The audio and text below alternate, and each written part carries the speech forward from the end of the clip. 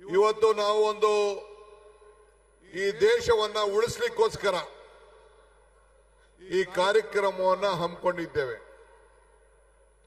ನಾನು ಯಾವಾಗಲೂ ಒಂದು ಮಾತು ಹೇಳ್ತಾ ಇರ್ತೀನಿ, ಕಾಂಗ್ರೆಸ್ ಶಕ್ತಿ ಈ ದೇಶದ ಶಕ್ತಿ, ಕಾಂಗ್ರೆಸ್ ಇತಿಹಾಸ ಈ ದೇಶದ ಇತಿಹಾಸ. ಕಾಂಗ್ರೆಸ್ ಯಾವಾಗಲೂ ಕೂಡ ಎಲ್ಲ ವರ್ಗದ ಜನರಿಗೆ ನಾವು ಕಾರ್ಯಕ್ರಮವನ್ನು ಕೊಟ್ಕೊಂಡು ಬದುಕಿನ ಬಗ್ಗೆ ಬದಲಾವಣೆಯನ್ನು ತರುವಂತ ಕೆಲಸ ಯಾವಾಗಲೂ ಕೂಡ ನಾವು ಮಾಡ್ಕೊಂಡು ಬರ್ತಾ ಇದ್ದೇವೆ. ಇದು ಮನ್ರೇಗಾ ಕಾರ್ಯಕ್ರಮ ಏನು ಇವತ್ತು ಈ ಹೋರಾಟ ಇಟ್ಕೊಂಡಿದ್ದೇವೆ ಮಹಾತ್ಮ ಗಾಂಧೀಜಿ ಅವರ ಹೆಸರಿನಲ್ಲಿ. 20 ವರ್ಷದ ಹಿಂದೆ ಮಾನ್ಯ ಬಡ ಜನತೆಯ ಉದ್ಯೋಗವನ್ನ ಹೊಟ್ಟೆ ತುಂಬುವಂತ ಒಂದು ಕಾರ್ಯಕ್ರಮ ಇದೆಯಲ್ಲ, ಅವರ ಕೈಗೆ ಕೆಲಸವನ್ನು ಕೊಡುವಂತ ಕಾರ್ಯಕ್ರಮ ಇದೆಯಲ್ಲ, ಇಡೀ ದೇಶಕ್ಕೆ ಒಂದು ಬದಲಾವಣೆ, ಒಂದು ಕ್ರಾಂತಿಕಾರಿಯಾದಂತಹ ಕಾರ್ಯಕ್ರಮ.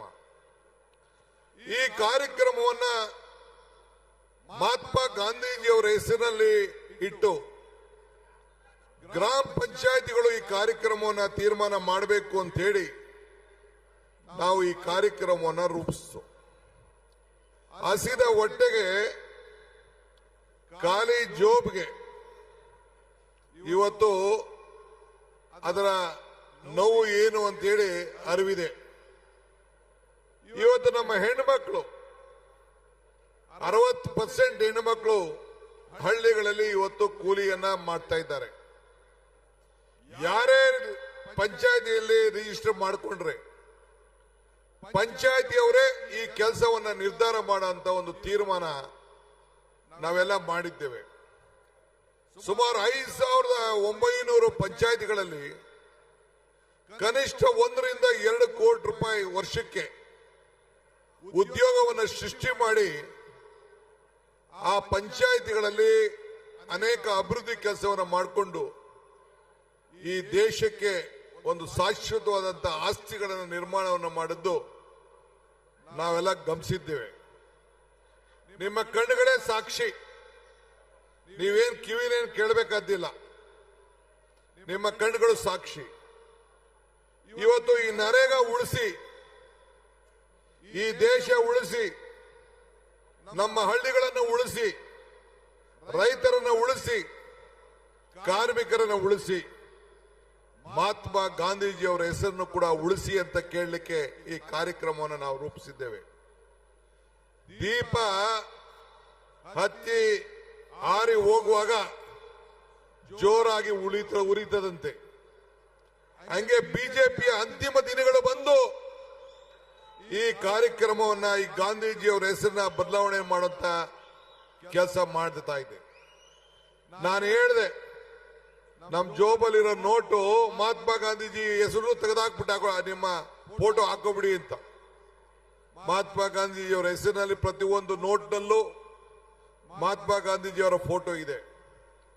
ಅದಕ್ಕೆ ನಾವು ಪಕ್ಷ ಮತ್ತು ಸರ್ಕಾರ ನಾವೆಲ್ಲ ಚರ್ಚೆ ಮಾಡಿ ಗ್ರಾಮ ಪಂಚಾಯತಿಯ ಪ್ರತಿಯೊಂದು ಗ್ರಾಮ ಪಂಚಾಯತಿ ಹೆಸರುಗಳ ಮುಂದೆ ಮಹಾತ್ಮ ಗಾಂಧೀಜಿ ಹೆಸರನ್ನ ಇಟ್ಟು ಆ ಊರಿನ ಗ್ರಾಮ ಪಂಚಾಯತಿ ಅಂತೇಳಿ ಮಾಡಬೇಕು ಅಂತೇಳಿ ಆ ತೀರ್ಮಾನವನ್ನು ನಾವು ಮಾಡಿದ್ದೇವೆ. ನಿಮ್ದು ಯಾವ್ದಾದ್ರು ಒಂದು ಪಂಚಾಯತಿ ಇರಲಿ, ಆ ಗ್ರಾಮ ಪಂಚಾಯತಿ ಹೆಸರು ಪಕ್ಕ, ಈಗ ಕೋಲಾರ ಅನ್ಕೊಳ್ಳಿ, ಇಲ್ಲ ಚಿಕ್ಕಬಳ್ಳಾಪುರ ಒಂದು ಹಳ್ಳಿ ಅನ್ಕೊಳ್ಳಿ, ಮಹಾತ್ಮ ಗಾಂಧೀಜಿ ಕೋಲಾರ ಗ್ರಾಮ ಪಂಚಾಯತಿ ಅಂತೇಳಿ ಹೆಸರನ್ನ ನಾಮಕರಣ ಮಾಡುವಂತ ಕೆಲಸ ಇವತ್ತು ನಾವು ಮಾಡಿದ್ದೇವೆ. ಉದ್ಯೋಗ ಖಾತ್ರಿ ಯೋಜನೆ ಇದು ಕಾಂಗ್ರೆಸ್ ಕಾರ್ಯಕ್ರಮ ಮಾತ್ರ ಅಲ್ಲ, ಇಡೀ ದೇಶದ ಕಾರ್ಯಕ್ರಮ, ದೇಶದ ಬಡ ಜನತೆಯ ಕಾರ್ಯಕ್ರಮ. ದೇಶದ ಬಡ ಜನತೆಗೆ ಕೂಲಿ ಕೊಟ್ಟು ಆತ್ಮಧೈರ್ಯ ತುಂಬುವಂತ ಒಂದು ಕಾರ್ಯಕ್ರಮ. ಇವತ್ತು ಮನ್ರೇಗಾವನ್ನ ಮರುಕಳಿಸಿ ಉದ್ಯೋಗ ಹಕ್ಕನ್ನ ಉಳಿಸಿ ಗ್ರಾಮಗಳ ಸ್ವಯಂ ಆಡಳಿತ ಹಕ್ಕನ್ನ ಮರುಸ್ಥಾಪನೆಯನ್ನು ಮಾಡುವಂತ ಉದ್ದೇಶದಿಂದ ಈ ಹೋರಾಟವನ್ನ ಮಾಡ್ಕೊಂಡು ನಾವು ಬರ್ತಾ ಇದ್ದೇವೆ. ಕನ್ನಡಿಗರ ಮೇಲೆ, ಭಾರತದ ಬಡ ಜನತೆ ಮೇಲೆ ಇದೊಂದು ದೊಡ್ಡ ಅನ್ಯಾಯ ನಡೀತಾ ಇದೆ. ನಾನು ನಿಮ್ಗೆ ಹೇಳ್ತಾ ಇದ್ದೀನಿ, ನಮ್ಮ ಪಂಚಾಯತಿಗಳಲ್ಲಿ 60% ರಾಜ್ಯ ಸರ್ಕಾರ ಕೊಡಬೇಕು ಅಂತ ಹೇಳ್ತಾ ಇದ್ದಾರೆ. 40% ಬಿಜೆಪಿ ಇರುವಂತ ಯಾವ ರಾಜ್ಯದಲ್ಲೂ ಕೂಡ ಇದನ್ನ ಒಪ್ಪಲಿಕ್ಕೆ ತಯಾರಿಲ್ಲ. ಪಕ್ಕದ ರಾಜ್ಯದ ಚಂದ್ರಬಾಬು ನಾಯ್ಡು ಅವರು ಕೂಡ ನಮ್ಮ ಕೈಲಿ ಕೊಡಕ್ ಆಗಲ್ಲ, ಇದಕ್ಕೆ ಪರ್ಯಾಯ ವ್ಯವಸ್ಥೆ ಮಾಡಬೇಕು ಅಂತ ಹೇಳಿದ್ದಾರೆ. ಈಗ ಅವ್ರಿಗೆ ಎದುರುಕೊಂಡು ಎಲ್ಲಿ ಸರ್ಕಾರ ಬಿದ್ದೋಗ್ಬಿಡ್ತದೋ ಅಂತ ಹೇಳಿ ಅವ್ರಿಗೇನೋ ಒಂದು ಪಾಲಿಶ್ ಮಾಡಿ ಓಟನ್ನು ಹಾಕ್ಸ್ಕೊಂಡ್ರು. ಆದ್ರೆ ಇವತ್ತು ಈ ಬಡ ಜನತೆಯ ಉಳಿಸ್ಕೊಳ್ಳಿಕ್ಕೆ ನಾವು ಕೆಲಸವನ್ನು ನಾವು ಮಾಡಿಕೊಂಡು ಹೋಗಬೇಕಾಗ್ತದೆ. ನಾವು ಇವತ್ತು ಮರ ಕೆಳಗಡೆ ಮರದಿಂದ ಹೂವು ಬಿದ್ದೋಗ್ತದೆ, ಬಿದ್ದೋದ ಹೂವನ್ನು ಯಾವತ್ತೂ ಅರಳಲಿಕ್ಕೆ ಸಾಧ್ಯ ಇಲ್ಲ. ಹಾಗೆ ನಾವು ಹೊಸ ಶಿಖರಗಳನ್ನು ನೋಡಬೇಕು. ಈ ಉದ್ಯೋಗವನ್ನು ಕೊಡುವಂಥದ್ದು ಪ್ರತಿದಿನದ ಬದುಕಿಗೋಸ್ಕರ, ಪ್ರತಿದಿನ ಹೊಟ್ಟೆಯನ್ನು ತುಂಬಿಸ್ಕೊಳ್ಳಿಕ್ಕೋಸ್ಕರ. ಹಂಗೆ ಇವತ್ತು ಈ ಯೋಜನೆ ಮರಣಶಾಸನವನ್ನ ಇವತ್ತು ಬಿಜೆಪಿಯವರು ಮಾಡಿದ್ದಾರೆ. ಇವತ್ತು ನೀವು ಸುಮ್ಮನೆ ಕೂತ್ಕೊಳ್ಳೋದು ಬೇಡ, ಇವತ್ತು ಬಂದಿದ್ದೀರಿ, ಹೋರಾಟಕ್ಕೆ ಹೆಜ್ಜೆ ಹಾಕಿದ್ದೀರಿ. ಇವತ್ತು ನೀವೆಲ್ಲರೂ ಕೂಡ ಬಡತನದ ಏನು ಅನುಭವ ಇರುವಂತ ಮಾತ್ರ ಅವರಿಗೆ ಅನ್ನದ ಬೆಲೆ ಗೊತ್ತಿದೆ.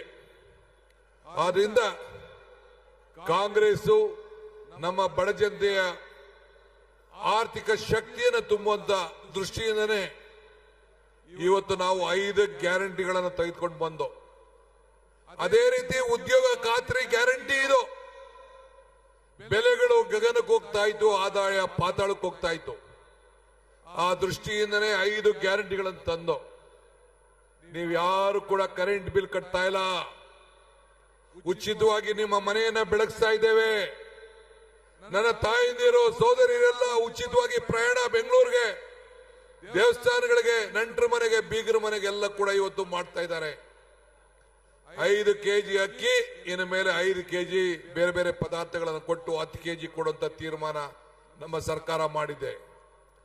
ತಾಯಿಂದಿರ ಮಡ್ಲಿಗೆ 2,000 ರೂಪಾಯಿ ತಿಂಗಳಿಗೆ ಕೊಡುವಂತ ಐತಿಹಾಸಿಕ ತೀರ್ಮಾನ ಬಿಜೆಪಿಯವರೆಲ್ಲ ಟೀಕೆ ಮಾಡ್ತಾ ಇದ್ರು, ನರೇಂದ್ರ ಮೋದಿ ಟೀಕೆ ಮಾಡ್ತಾ ಇದ್ರು.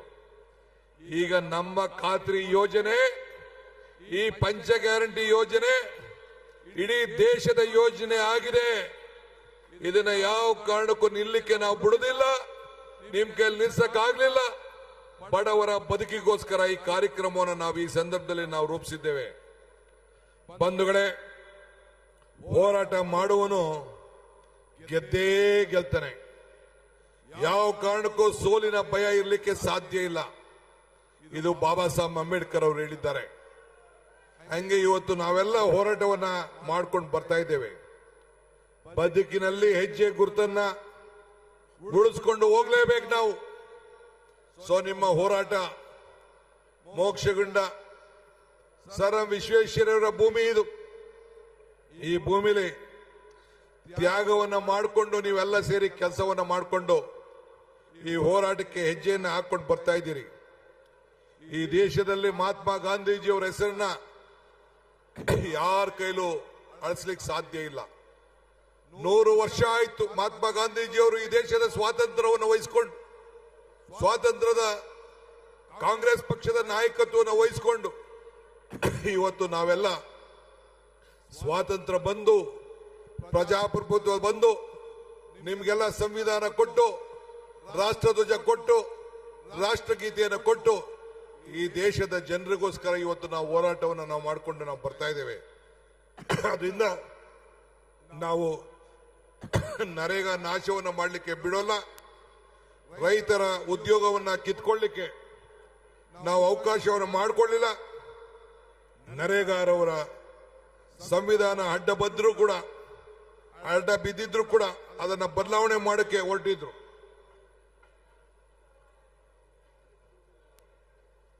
ಈ ಚುನಾವಣೆಯ ವ್ಯವಸ್ಥೆಯಲ್ಲಿ ಕೂಡ ಇವತ್ತು ಮತದಾರ ಹಕ್ಕನ್ನ ಯಾವ ರೀತಿ ಕಿತ್ಕೊಳ್ಳಿಕ್ಕೆ ಪ್ರಯತ್ನ ಮಾಡ್ತಾ ಇದ್ದಾರೆ, ಹಂಗೆ ಉದ್ಯೋಗ ಖಾತ್ರಿ ಯೋಜನೆಯಲ್ಲಿ ನಿಮ್ಮೆಲ್ಲರ ಹಕ್ಕನ್ನ ಕಿತ್ಕೊಳ್ಳಿಕ್ಕೆ ಪ್ರಯತ್ನ ಮಾಡ್ತಾ ಇದ್ದಾರೆ.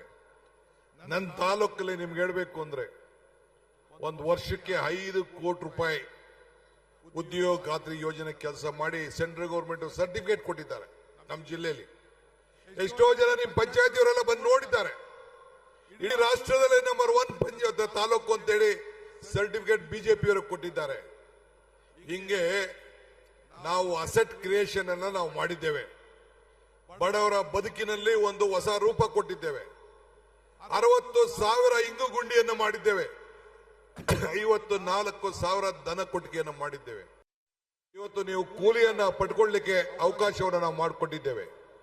ನಿಮ್ ಜಮೀನನ್ನ ಮಟ್ಟ ಮಾಡ್ಕೊಳ್ಳಿಕ್ಕೆ ಅವಕಾಶವನ್ನು ಮಾಡಿಕೊಟ್ಟಿದ್ದೇವೆ. ಇಂಥ ಕಾರ್ಯಕ್ರಮವನ್ನು ಬದಲಾವಣೆ ಮಾಡಲಿಕ್ಕೆ ಬಿಡೋದು ಬೇಡ. ನೀವೆಲ್ಲ ಸಹಕಾರ ಕೊಡಬೇಕು. ಈ ಕಾರ್ಯಕ್ರಮಕ್ಕೆ ದುಡ್ದಂತೆ ಎಲ್ಲ ನನ್ನ ಬ್ಲಾಕ್ ಕಾಂಗ್ರೆಸ್ ಅಧ್ಯಕ್ಷಗಳು, ಮುಖಂಡಗಳು, ಜಿಲ್ಲಾ ಕಾಂಗ್ರೆಸ್ ಅಧ್ಯಕ್ಷಗಳು, ಶಾಸಕರು, ಮಂತ್ರಿಗಳು, ನಮ್ಮ ಪದಾಧಿಕಾರಿಗಳು ಎಲ್ಲರೂ ಕೂಡ ಈ ಸಂದರ್ಭದಲ್ಲಿ ಅಭಿನಂದಿಸಿ ಶುಭ ಹಾರೈಸಿ ನನ್ನ ಮಾತನ್ನು ಮುಗಿಸ್ತೇನೆ. ಜೈ ಹಿಂದ್, ಜೈ ಕರ್ನಾಟಕ.